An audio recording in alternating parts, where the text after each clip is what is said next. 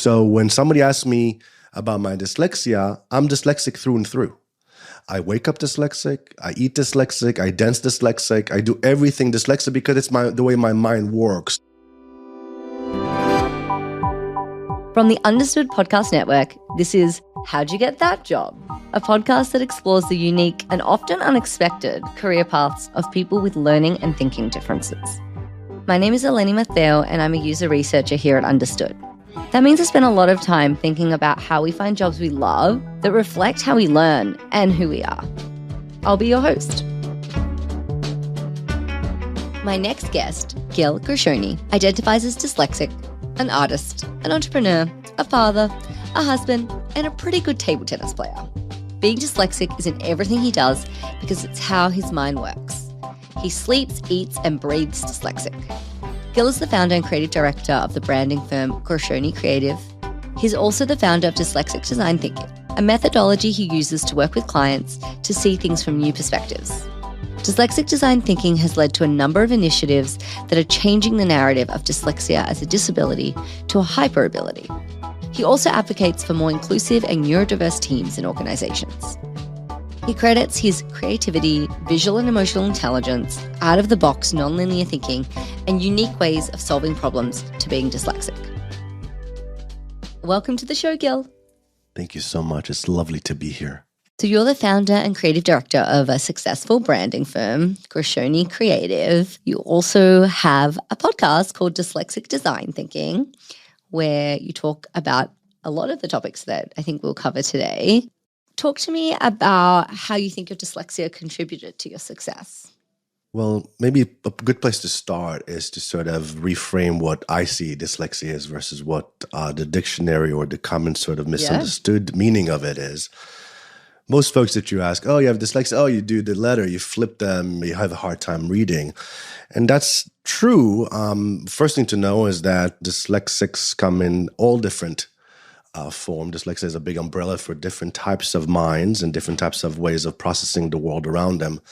The symptoms of not being able to read easily or write easily really has to do with the idea that I negotiate everything.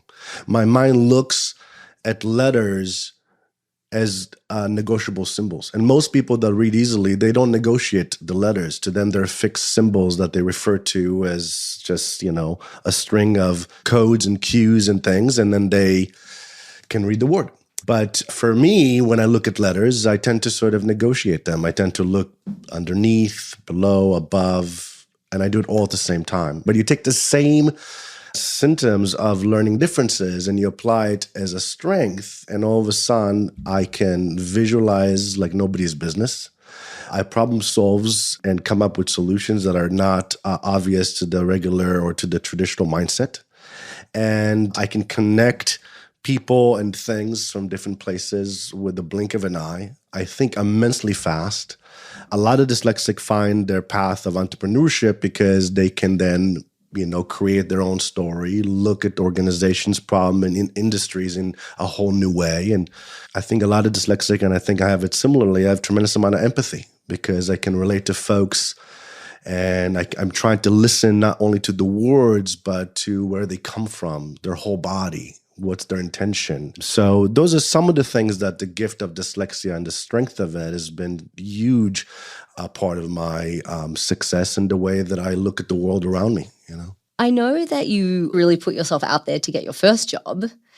Do you want to tell that story and how, that, like what that taught you about your dyslexia and the kind of person that you are?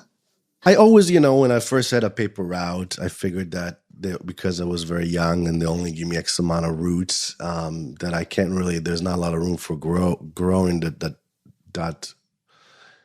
root. So I said, okay, what if I get my cousins and my brother to extend the root and then they'll work underneath, under me. And we were able to sort of grow our paper route to a much larger neighborhood. We did it for all sorts of different things. I went to all the summer camps in my community, and I must have been 9 years old, and says, I want to perform for the kids. And the camp director says, you are one of the kids. What are you going to perform?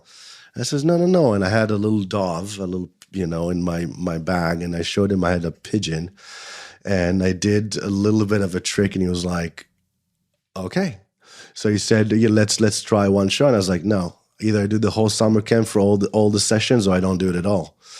And he was like, and this, I'm sure I don't know this person today, but I'm sure that he was just like, you got to be kidding me, man. This is a 9-year-old with a pigeon on a bike trying to close, the whole summer season. And he gave me the shows, and I got my brother and my niece to participate. And we would do a 35 to 45 minutes performances twice a day at the summer camp. And we earned some decent money for it. So I always kind of like to think about those things, and take the leap. When it came to doing some branding work, I remember I was at university and I was at an administrative office, and the phone rang, and the person, says, oh, and she put the person that rang on the phone on hold and said, they're looking for somebody to design the Miami Grand Prix auto race. Do we know anyone? And I was just there, and I was like, oh, I that's what I do. Can I pick up the phone? And it's like, sure. So I got up the phone and I talked to the guy, and I was like, absolutely, what it is you guys are looking for. It says, well, we're going to need some merchandising. We need to some brand the city of Miami with Toyota and the branding and all these things. And I says, absolutely. Let's meet and put this together. I must have worked for that gentleman for about 5 or 6 years. And through the process, I brought one of my dear friend that was an illustrator to join, another friend that was a writer. And I just created this sort of small little team. And we're taking these projects on. And we would always go and meet with this guy or the team at the time to figure out what they needed, and then sort of faked it until we made it. And we made it very quickly because we had to figure out how to deliver these things. And yeah, I think that's something that I've heard from a lot of dyslexics, that we sort of marched our own drumbeat. We found our own paths, and if I went to a proper interview and had to write something and do it, I probably would never get the job. But the fact that it just sort of, I was open to it, I was at the right place at the right time, and I just kind of took the leap. Kind of change the outcome. And it happens every time. I mean, everything we do is sort of starts somewhere around that place. Yeah, I love that phrase, take the leap. You have mentioned entrepreneurship a couple times, and obviously you're an entrepreneur yourself.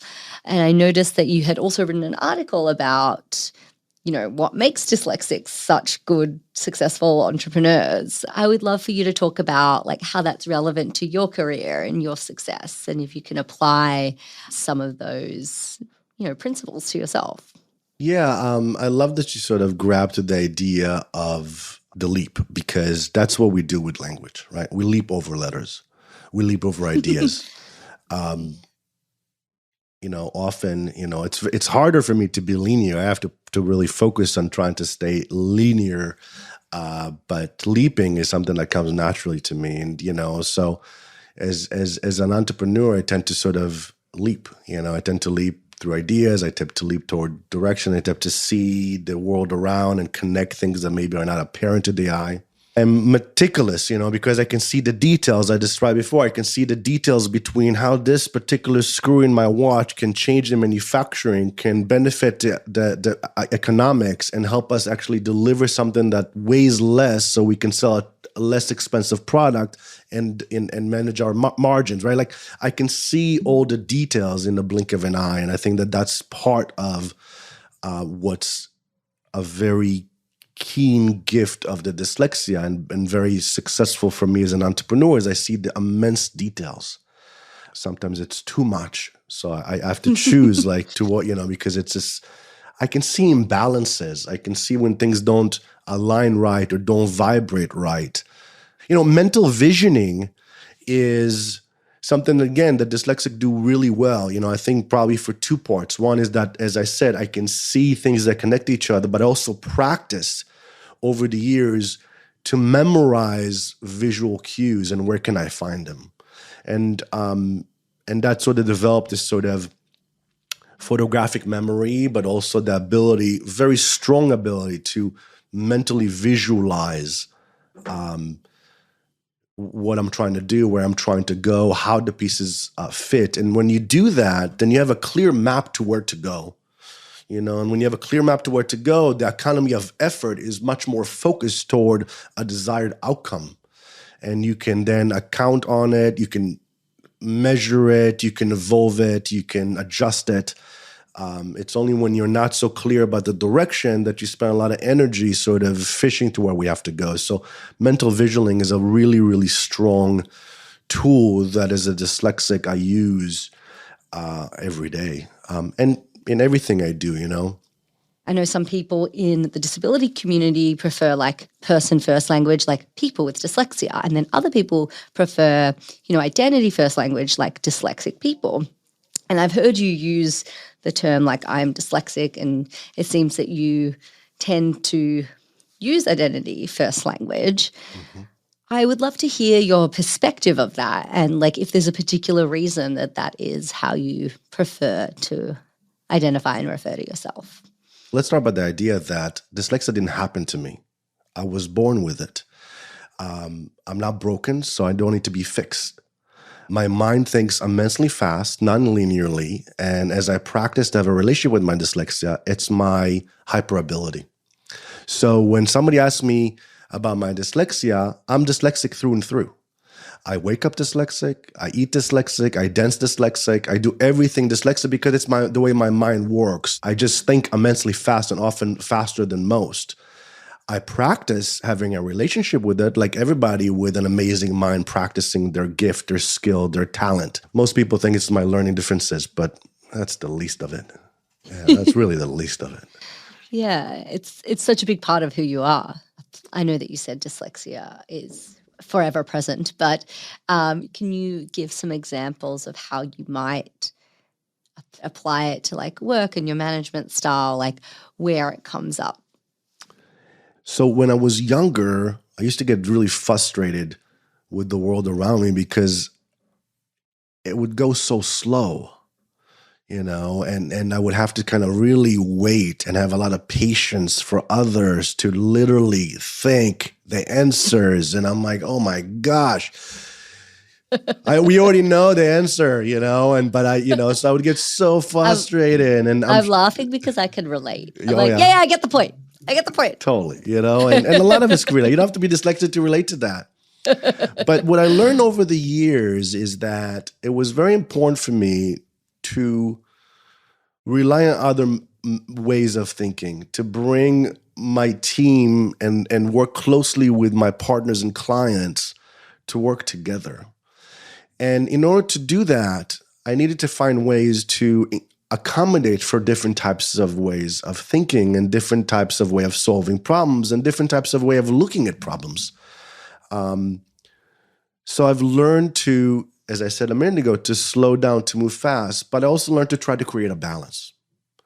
Identifying my strengths and my weaknesses, expressing that to my team so that they have room for themselves to have their strengths and differences. So we can actually work as a cohesive team and understand how to integrate our thoughts to create a better outcome. We look at collaboration as working together through different lenses to come up with a much better inclusive outcome and arrive at the summit together. Who wants to climb the mountain and get to the view and be like, oh, where is everyone? So for us, it was always around kind of how do we make it inclusive? How do we use all of our senses? How do we use different lenses to look at human experiences and how to address them? And, that's a lot of the things we do around our team and working with others to kind of bring some of that dyslexia strength to the table. Yeah. Sounds like you really advocate for having a neurodiverse team. Absolutely. If you want to solve a problem the same way you always have, choose a person like yourself to do it. If you want to solve a problem differently, then be open-minded to bring somebody else to maybe shed light about a different angle or perspective. It doesn't mean that it's either or, it means that it's both. You share your strengths and challenges with your team, and it sounds like you kind of model that openness. Is that something that you generally advocate for in the workplace, for people to be open about, differences and kind of disclose any challenges that they might be having? I lead by example. So what tends to happen is that they see that I talk about it. I take daily risks. I reward failing forward. I embrace experimentation. I really reward and support and believe in coachability. And when you experience that, then you develop your own road and pursuit to your own identity as it is to you, and with the experience that you come to the moment with that. So everybody is different, and every environment is different. Sometimes it's about seeing it in others and making the environment inclusive for them so they can just relax regardless of their differences. Everybody's where they're at, and we absolutely respect that, I think a lot of these concepts that you've talked about kind of fit into this like idea of dyslexic design thinking, which I know is a concept that you came up with. So I would love for you to talk about how that came about and like what your vision is for organizations in terms of how they can incorporate dyslexic design thinking into, their teams. So dyslexic design thinking came about a while back when I gave a talk at South by Southwest with a good colleague of mine and a partner, and at the time strategist, April Durrett. And we looked at the way we work. She was a strategist, a researcher, so creative, and I was not, and I was nonlinear, and she was. And so we always found ways to collaborate in ways that were different than our colleagues at other agencies. And so we really kind of start to look at what it is that we're doing that's different. And we kind of start to realize it's the way that we dance together that makes our outcomes stronger. It comes from the idea that dyslexia thinking, it's really around the visualization, imagination. It's around problem solving, connecting to others, as we just talked about, building team, finding the outside of the box solutions. And when you look at design thinking, it's really using the methodologies of designing and making, right? So it's around finding inspiration in the world and looking into human behavior. It's using the empathy, understanding others. So when we combine all those types of methodologies, we realize that we're really something unique, that when we include the neurodivergent mindset, the dyslexia gift, the dyslexia thinking with the design philosophy of what we were doing at the agency, it came out, just to be something that was really successful for us. Dyslexia thrives in the nonlinear. And instead of trying to tone that down, we found places where that really helps that process to find and discover. And that really applies to everything we do at the agency, from working with our own clients, with a team, but also with our culture. Because we really look at every part of stepping stone and those process with that lens, and we bring a lot more to it because of our inclusiveness and our diverse thinking of how to address the problem and address human needs, When you started out in Brandy, did you think you would end up doing so much work in the dyslexic space? Like, what is it like working in a space that's so personal to you? No. And I don't even think that I'm working in the dyslexic space right now, although I'm really involved in it. I'm doing so much about it because it's what draws me. It's like when you align and you come from a place of the heart and you work on it, then at least for me, there's a draw that happens. It's not work. It's just attraction. It's just the right thing to do. And I get so much out of it, and it pays in spades to the community. And it's kind of selfish, I'm doing because I want to learn more, just talking to you, I'm learning so much. I'm like, how can I say no to this, So I end up saying yes to everything. And, we just finished designing the Schwab Learning Center, which is a dyslexia center that was supporting some students in Stanford and in high schools around how to take their dyslexia and turn it into a hyperability, and kind of, so it just leads you to different places to make a difference. I was always interested in the idea of the perception, what happened between the subject and the object. When I was a young boy, I was always interested in the idea of first impressions, love at first sight. How do you control the how do you control that illusion? So I start to read a lot around the psychology of magic and misdirection, and how can you bring an audience, a large audience, to believe that something that you can change gravity, or that you can affect, the elements. And that really drew me. And I think that I was always playing with that kind of narrative. Earlier on, I didn't realize that was my dyslexia, but I still do today. I'm the first to sort of play, and I'm the first to sort of change the direction and say, we never done it before this way. Let's go this way. And it was like, really? Yeah, it's going to be much more interesting. And then it's kind of addicting. You fall in love with that. Well, thank you so much for having this conversation with me. It was magic. That was such a pleasure. I really appreciate your time. This was really insightful, and I really enjoyed it. Thank you very much for having me.